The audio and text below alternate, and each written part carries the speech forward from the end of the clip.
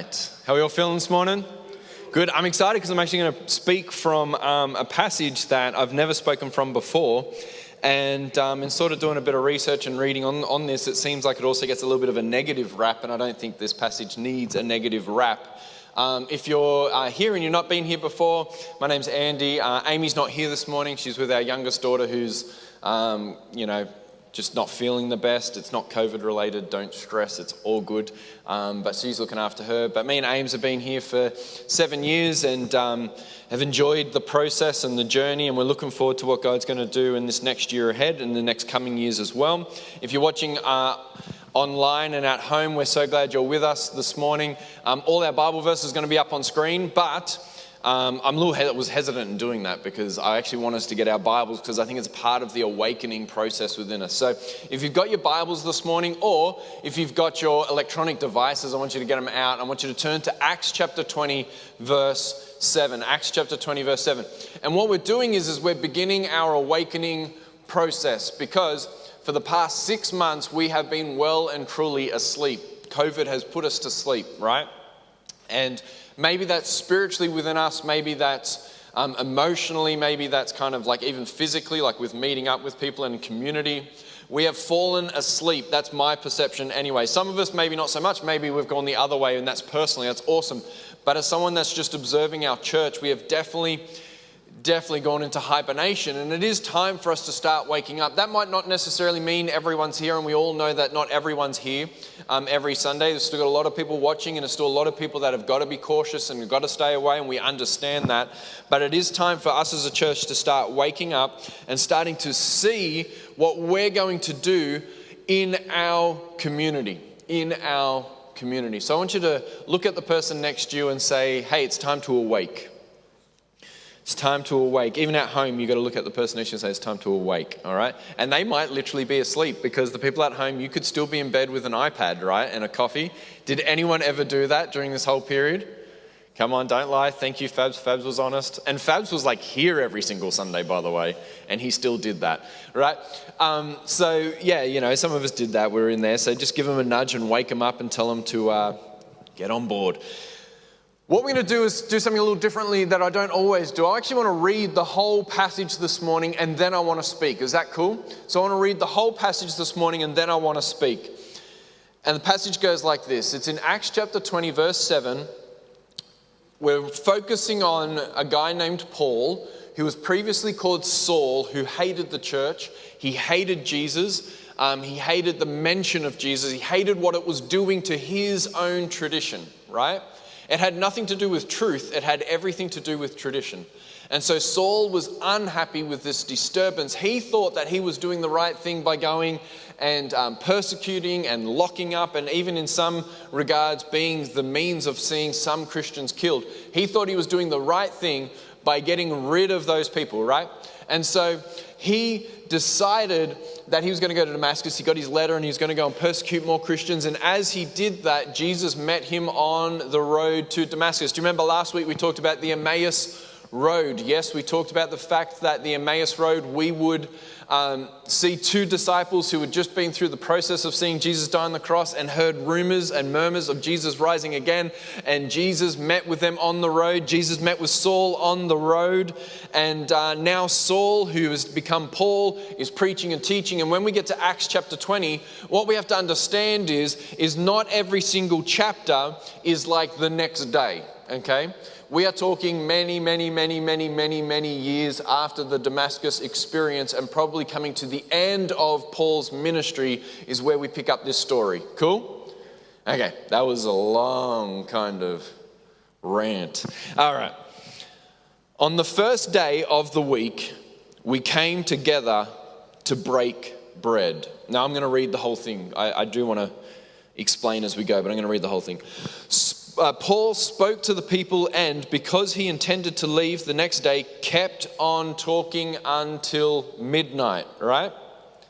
There were many lamps in the upstairs room where we were meeting. So this is Luke writing on behalf of Paul. Seated in a window was a young man named Eutychus. Everyone say Eutychus. Who was sinking into a deep sleep. Has anyone Does anyone remember this story? It's not one that gets preached often, right? He was falling into a deep, or sinking into a deep sleep as Paul talked on and on.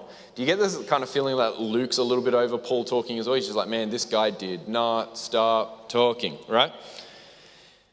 When he was sound asleep, he fell to the ground from the third story and was picked up dead. So this church service is not going well. You reckon sometimes we've got problems with playing a wrong video or a microphone not working. This guy's dead, okay?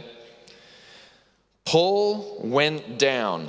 This is why I know Paul's a better Christian and preacher than I am, because he stopped preaching to go and tend to the dead man. If you drop dead, I'm going to finish my point, all right? He went down, threw himself on the young man and put his arms around him. That's not true. You know that's not true.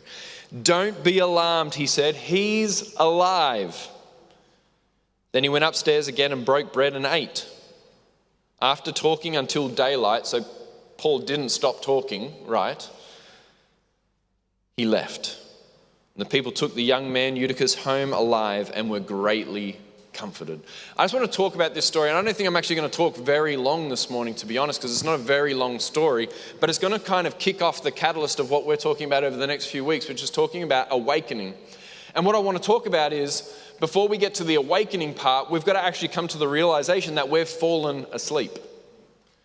You've actually got to come to admittance. You've got to come to this point where you confess that, hey, I probably have kind of fallen asleep. Okay? So before we can have our awakening, before we can have our souls rise to meet God, we have to understand and embrace the fact that we quite possibly have fallen asleep. And sleep is such a weird thing for so many different people.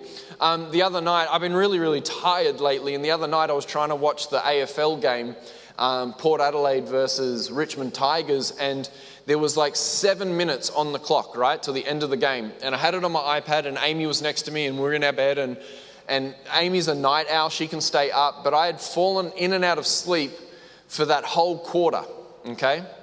And I said to myself, Amy said, do you want to get some sleep, turn the lights off, all that kind of stuff? And I said, yeah, we'll do that. I said, I just want to watch the last 9 minutes of this game, right? So I've got this and I'm concentrating and I'm like, come on, man, you can do 9 minutes. You can do 9 minutes. Has anyone ever said that to themselves when they're watching a movie and it's counting down? You're like, you can do 9 minutes. Fell asleep, woke up, 7 minutes. Oh, come on, you can do 7 minutes. You can do 7 minutes. Fell asleep, woke up, 3 minutes. Fell asleep, woke up, iPad light off, Amy was asleep, right? It's like I didn't know it was happening to me. I still thought I was in the game. I still thought I was watching it. I thought I was still observing and viewing and knowing everything that went on. I did not know what went on till the next day. I had to actually open up the app and work out who won the game because I had no idea. Sleeping is something that sometimes we have no idea that we're actually doing it, but everyone else around you says you're sleeping. You're sleeping. You're not with us at the moment. And so I want to run through this passage at the moment because before we can be awakened, we've got to understand that we might be asleep. On the first day of the week, we came together to break bread. First day of the week. In the Bible, this is actually one of the first instances where they talk about Christians meeting on a Sunday, because traditionally they would meet on a Saturday. This is one of the first times we read that they met on a Sunday in the evening, because they still would have worked on a Sunday. Different times, different periods, all those kinds of things. Sunday was still considered a work day. So they met in the evening, and what did they do? On the first day of the week, we came together to break bread. Do you remember last week when the disciples' eyes were open? What moment was that? It was when Jesus broke the bread, when he had communion with them, when he had community with them. And so they got together to break bread. We need to start understanding as a church, in order for us to wake up, we're going to have to break some bread with some people, right? And you've said that. A lot of people have said that themselves, even in this room. I didn't know I needed church until I went to church and I saw other people, and it woke something in me. The breaking of bread, the breaking of bread. Paul spoke to the people and Paul spoke to the people, and because he intended to leave the next day, kept on talking until midnight. So he was only going to stay one night. He thought, I've got to try and get this all out in one hit. So he spoke until midnight, right? Turn to the person next to you and say, I'm glad we don't do night services. There were many lamps in the upstairs room where we were meeting. Every time I hear this message, sort of the main point of the message, which is kind of going to be a bit of my point as well, but I don't think it's the absolute point of this. But a lot of the times when people reflect on this message, they kind of reflect negatively on Eutychus, as if it was his fault that he sat in the window, as if it was his problem that he sat in the window and fell asleep, as if it was his fault. And it's a negative message, and the point of the message is, don't ever fall asleep, because if you fall asleep, you will die, right? I see in Luke's writings, I see so many other circumstances that surrounded him falling asleep. The first one is this, that the preacher spoke on and on and on and on. And really, in all honesty, there's only so much we can really comprehend and take in, right? Whenever I hear a preacher get up and go, I've got 12 points today, I'm like, oh my gosh. Like, that's one for each month for me, right? Like, just give me one. I just need one today. And so Paul's going on. And you know, with Paul, it's not something like shallow. It's not like an Andy Lewis 101 message, right? It's like deep theology. It's like all this kind of old law versus new law, and putting to death this, and Abraham being the seed and the rock for all the next generations. Eutychus is a young guy. He's probably there because he liked a girl, right? And it was a free meal, right? Because that's how we get people through our doors at church. It's like a free barbecue or a free dinner. You guys all know this. You know the tricks of the trade, right? And so he's probably there for the food, for the ladies, and he thought he'd be cool and sit in the windowsill, right? Because there's always that youth member that was the cool one, okay? And the pastor is speaking and speaking and speaking and speaking. But then there's something else that's interesting here, and it's in verse 8. It says this. This stood out to me. Why would Luke write this? There were many lamps in the upstairs room where we were meeting. There were many lamps in the upstairs room where we were meeting. Here's why Luke writes this. Because anytime there is a heater on, or anytime there is fire on, someone is going to fall asleep in front of that fire, right? With me? And also, not just that, the gases that are burning in those things. Like, if we got those winter heaters out right now, people would just fall asleep in the church because it's warm and it's cozy and all these kinds of things. Eutychus is not he's not a victim of his own choices. Eutychus is a victim of circumstance and situations. That's why we shouldn't preach this message as if Eutychus is ill-disciplined. He could not stay awake during the word of the Lord. It's not anything like that. It's his circumstances and surroundings. It's the length of the message. It's the heat of the night. It's all these kinds of things. And he probably worked all that day and he has fallen asleep. Listen, this is the most important thing you could take away from this message this morning. Most important thing you could take away for those in the room, for those watching at home. Here is the most important takeaway from this message. This world is uniquely designed to put you to sleep.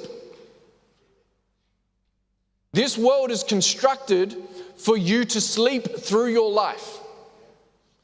Because if you do not ask any questions, if you do not raise any circumstances or situations, if you do not raise your voice and speak out, if you do not say anything, if you do not fight for justice, if you do not fight for mercy, if you do not fight for love and for grace, you are considered a good, quiet citizen.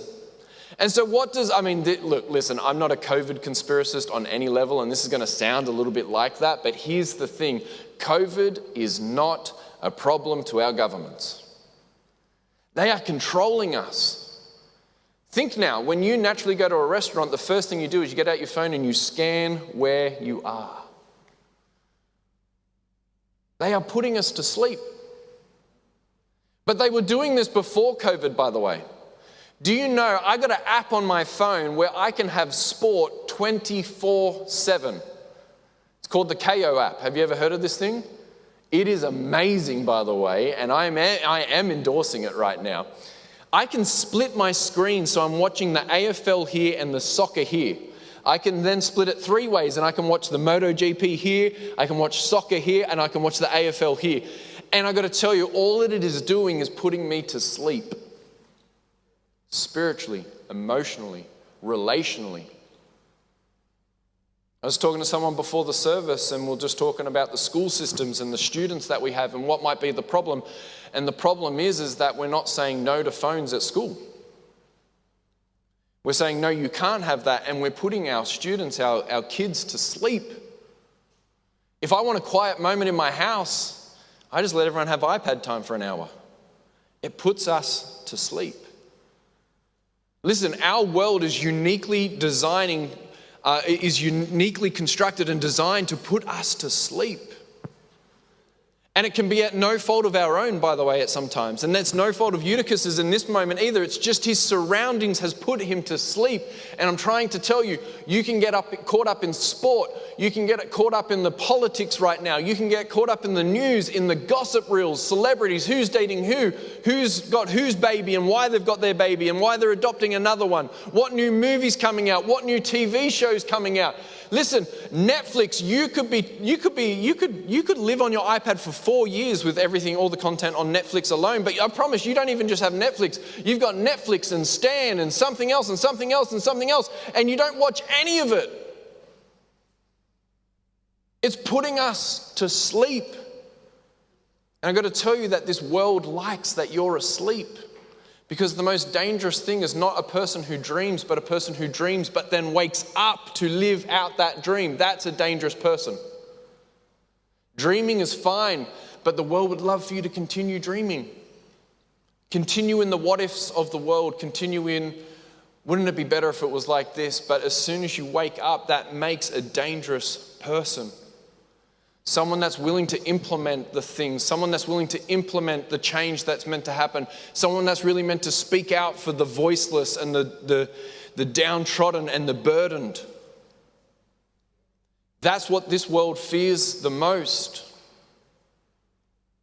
It doesn't fear the dreamer. It fears the dreamer who wakes up. This world, where we live right now, it is uniquely designed to put you to sleep. And when you start to get a little bored or you start to wake up and think there's something else in this world, guess what? There's a new TV show. There's new content. There's a new sporting event with a big trophy at the end that you could make yourself at a trophy place. But this one's special. And it's here to distract us and it's here to pat us off to sleep. Does it matter about the clothes that we wear? Isn't there someone being exploited in another country who's making this clothing on the cheap and I'm paying top dollar for it? Shh, just go to sleep. Buy the new hat. Buy the new shoes. Are you sort of getting what I'm saying this morning? Like, I'm not saying that this is what's happened to Eutychus, but it is a great representation of what's happening to us. Out of no fault of our own, we allow the lamps and the fire to put us to sleep.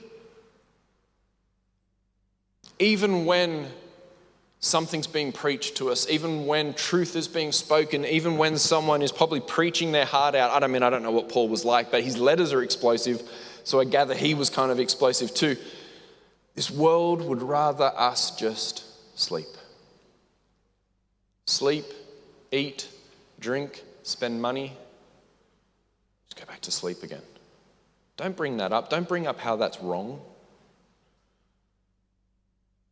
Don't bring up how don't rock the boat. Just be a good human and sleep.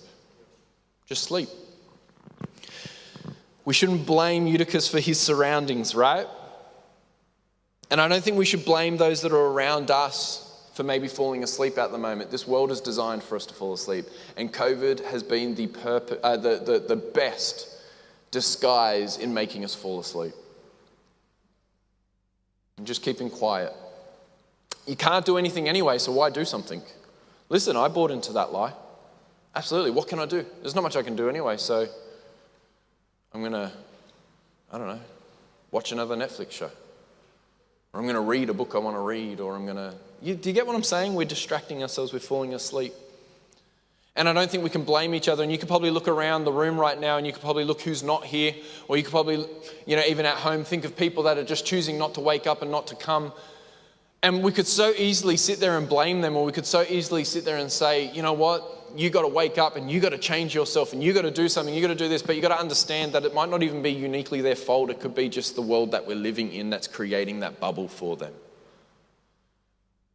But here's what I want to say to us this morning, right? Falling asleep is not always our choice, but the outcome can be worse than what we imagined. Falling to sleep may not be our choice. It might not be something that we decided to happen. It might not be something that we decided to do. But the outcome of it might be something worse than we ever imagined. And I believe for Eutychus, closing his eyes for 5 minutes never meant for him a 3-story fall to death. And I'm not that guy that's trying to build fear into us and to say, oh, don't ever fall asleep. I'm not saying that at all. I'm just simply saying that if we're not careful, if we're not diligent and disciplined, if we don't fight for what we've learned and what we know is right, if we don't put into action what we're being taught and what's placed on our hearts, right, there is the danger that we might fall asleep. And although sleeping is not inherently bad, it's not a huge problem all the time, if we sleep for too long, we might find ourselves in a place we never wanted to be in. We might find ourselves in a place that we could never come back from. You see, Eutychus, right, seated in a window was a young man named Eutychus, verse 9, who was sinking into a deep sleep. The Greek, it's been written in Greek, right? Sinking into a deep sleep. That word sinking into a deep sleep is the same word we use for hypnotize. Being hypnotized. Listen, we're being hypnotized and we're being groomed and we're being developed to do exactly what this world is programming us to do. And there's an alternative to that. There's a freedom to that. And the freedom and the alternative is found in the Bible. And it's found through the life of Jesus and the teachings of Jesus and the actions of Jesus. That we can experience freedom because it is the truth, as Jesus said, that will set us free. Do you feel yourself being hypnotized and maybe automatically doing things that you don't naturally want to do? It's what this world is constructed to do. He was sinking into a deep sleep as Paul talked on and on. He was sound asleep and he fell to the ground from the 3rd story and was picked up dead. Paul went down, threw himself on the young man and put his arms around him. Don't be alarmed, he said. He's alive. Now, I like the NIV version of that. I like the way that, they've sort of translated that, but the New King James says something a little bit more poetic than that, right? So it says, don't be alarmed or don't be shocked or whatever. And then Paul says, his life is still in him. His life is still in him. There is life in him. What Paul does here for us as the reader is he sort of moves himself into kind of like the image of who God is when we're sleeping. Into the position of how we should view God in these kind of circumstances. When someone has fallen asleep around us, when someone has fell from the window and we believe from what our eyes tell us that they are dead, that they are gone, that there is no more life. Paul, aka someone like God who is looking down, says, no, there's still life there. There's something alive in them. This is where we as a people, we need to hang on to our faith and our trust in God and say, no, there's still life in them. Paul comes down and he says, hey, don't be shocked, don't be afraid. I know he's probably dead in your eyes, but there's still life in him. His life is in him.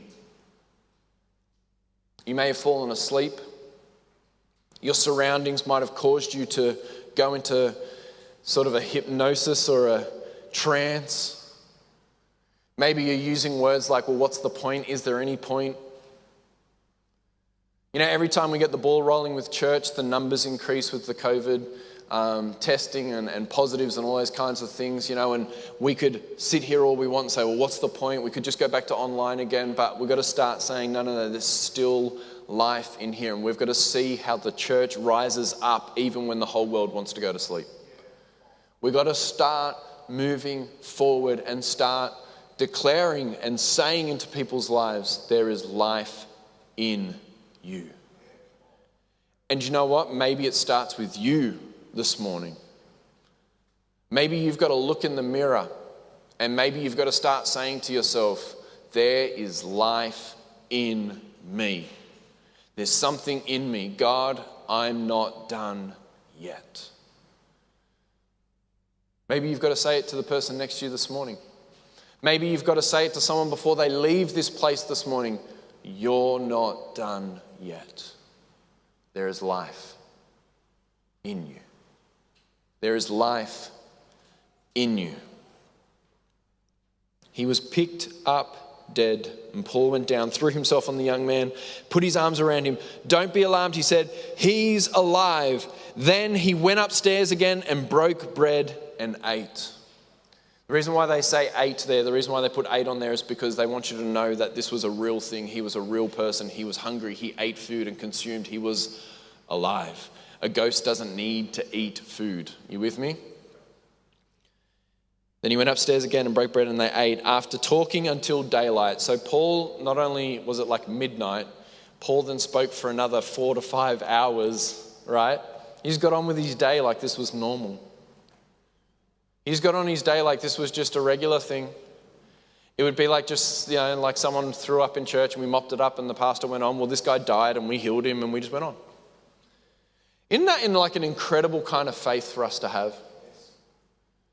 Isn't that kind of like a unique, world-changing kind of faith that we should maybe start embracing? One that says, hey, we'll heal this dilemma and then we'll just get on and keep speaking. And I think for some of us, we've got to get back to that kind of fire within us that says, hey, you know what? My God can do anything. He can do anything. So after talking until daylight, he left. Paul just left. The people took the young man home alive and were greatly comforted. I like that last line. They took the young man home and they were greatly comforted. You know, the benefit wasn't just for Eutychus, who died and rose again. It wasn't just for Eutychus, who lost his life because he fell asleep, probably from no fault of his own, right? Maybe a stupid sitting position, but in the end, I would presume that that room was packed and there was not many spaces. Like, let's not call this young guy unwise or stupid or ill-disciplined, because there was a hunger there to hear God's word. So much so that he was willing to sit in the windowsill, right? How many of us sort of go, it's too hard to register for church online. It's too hard to sign in, right? They're not even our rules. They're the rules that everyone has to live by at the moment. But how hard and how easy do we give up when there's the opportunity for God's word? What happens if this was deeper? What would your choices be then? What happens if we were told that we were never allowed to open up God's word ever again? What happens to the church? Do we just go, oh, okay, we'll just close the Bible and think happy thoughts, hope everyone's doing okay? No, I think the history of the church says that we still move forward because this truth is important to us. And there's values and there's life-giving principles in here that my family and my kids need to know, and so we will keep teaching it, right? Maybe COVID's practice for something bigger that's on the horizon.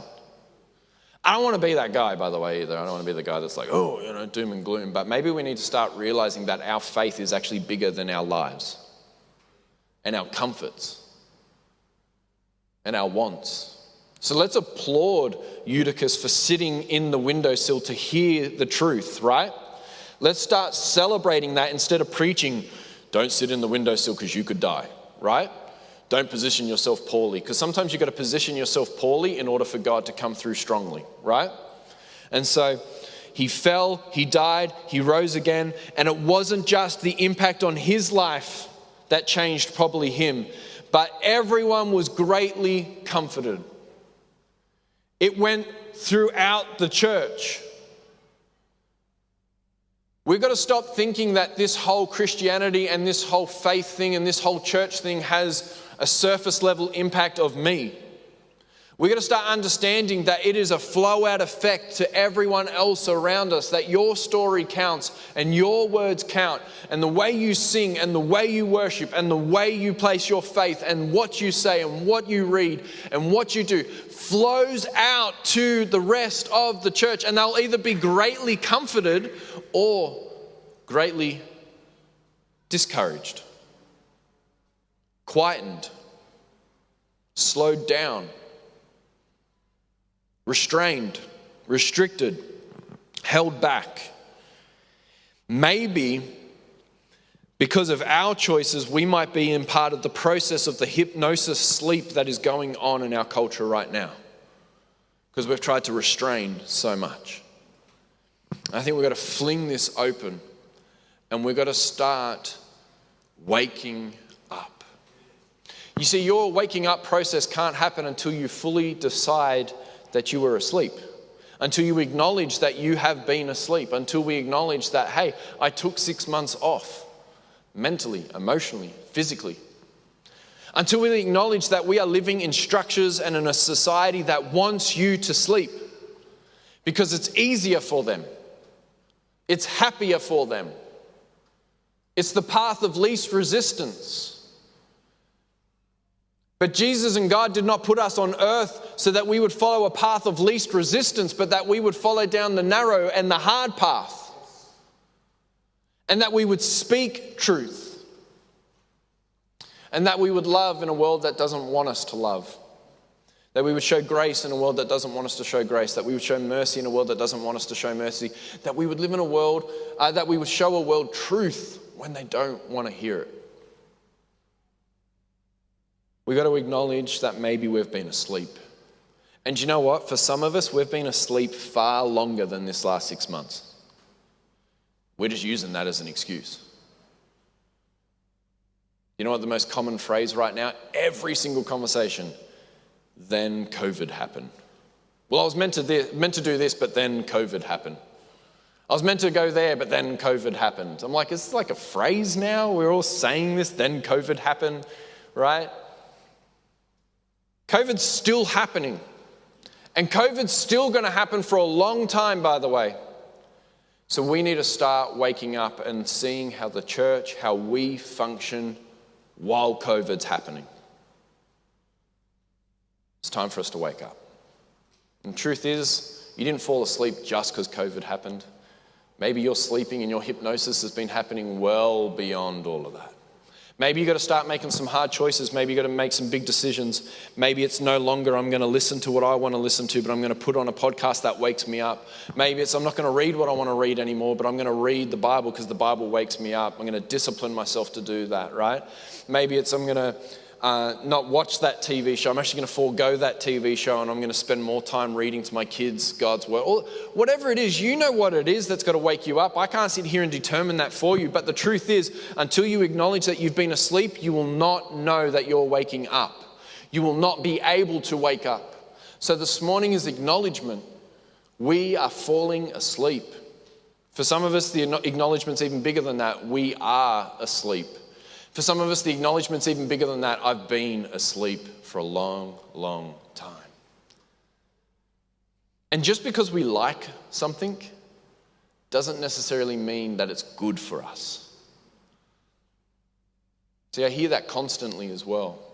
Well, Zoom's good for us. Zoom's good for us. Like, it's better for me. It's better for me. It's better for me. Christianity's not about you. Never has been. As much as we want to preach that you're the apple of God's eye, you're not the apple of God's eye. God is the apple of God's eye. It's His glory that counts. He does all things unto His own glory, right? So it's not about your comfort and your happiness and your liking and your this. It's about what God is calling us to and what God needs us to do and what He needs us to do in this room. I'm not talking about church globally. I'm talking about New Heart. I'm talking about people in this room right now, maybe people that are watching at home. It's time for us to wake up because we've been asleep for far too long. We've been asleep for far too long. You got to decide to do that. You got to decide to do that. The people took the young man home alive and were greatly comforted. Who are you going to greatly comfort by your awakening? Who are you going to ring after this service and say, are you awake? Are you ready to go? Are we ready to do this? Some of us have been talking about starting open house, but we just never do it. because the time's not right or it doesn't feel right. You know what? The time's never going to be right. You just got to decide to do it. Show up, wake up, be there. Whatever it is. Some of us, we've talked about starting family devotions at home and talking with our kids and praying with our kids more. But the time's just not right. The time's just not right. The time's not right. The time is never going to be right. But the time will be right when you choose to start. You've got to make it right. Let's stop being asleep and let's wake up. Can I pray for you this morning? Why don't we all stand?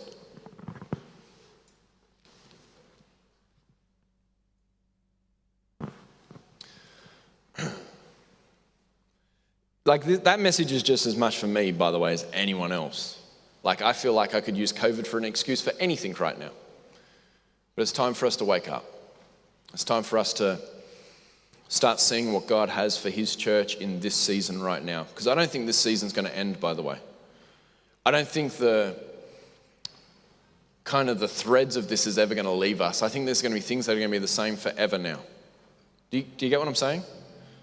Because it's without being the COVID conspirators right now, but there's too many good things for those that are in power that comes out of this. Does that make sense? Do you ever think they're really going to let that go? Truthfully, I know I'm being cynical right now, but we don't really have governments that are doing the best things for the people. Do we? I mean, we've just experienced that in our own state, yeah? That surely things aren't being done for the betterment of the wider people. So us as a church, we've got to start deciding, hey, what are we going to do that is the betterment of the people? How are we going to stand up and make sure that the lost and the broken are loved and given the same opportunities? How are we as a church going to start seeking out those that are disconnected or not part of the body and bring them into the body? We're going to have to start nailing this. And listen, it's not the guy with the mic. I mean, you can call me all you want and tell me where we're missing gaps, but the truth is I can't fill every gap. It takes a people to fill the gap. And it takes a people to say all of us will stand up and we'll give up something to do this. Let's wake up. So let me pray for you this morning. All eyes closed, all heads bowed. You can do this at home as well. You can recognize it through comment sections or stuff like that. We'll try our very best to engage and connect with you, but we do this every single service. If this morning you feel like, hey, I just need that prayer that says, I need my soul to wake up. I need to wake up. I've been asleep, maybe just acknowledging, I've been asleep, or I'm on the verge of going to sleep, or whatever it may be. Why don't you just raise your hand for this morning so I can just pray for you? All eyes closed, all heads are bowed. I just want to pray for you specifically this morning. If you're at home, obviously I can't see right now who might be saying that, but we can read it later in the comments and I'll be praying for you, all those kinds of things. Just acknowledge that might be where you're at this morning, and I just want to pray for you. God, right now, I pray for those that have got their hands raised. I pray for those right now who at home may be feeling the same, that they've got their hands raised. God, right now, I pray that we would not seem like we're punishing people for falling asleep, because we live in a world that is uniquely designed to make us sleep, to make us be quiet, to make us hold back, to make us not feel as if we can move forward and be alive.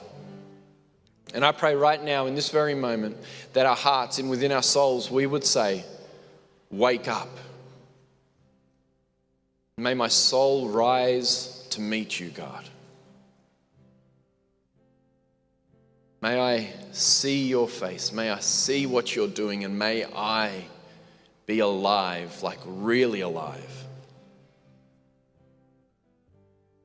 So God, in this room right now, I pray that there would be life, that there would be joy, that there would be hope, that there would be a future.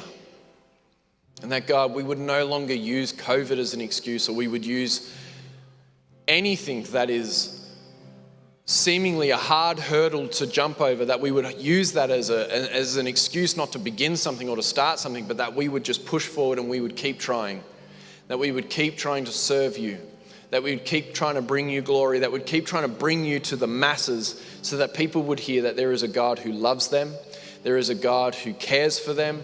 There is a God who holds their very lives in their hands, who wants to set us truly free.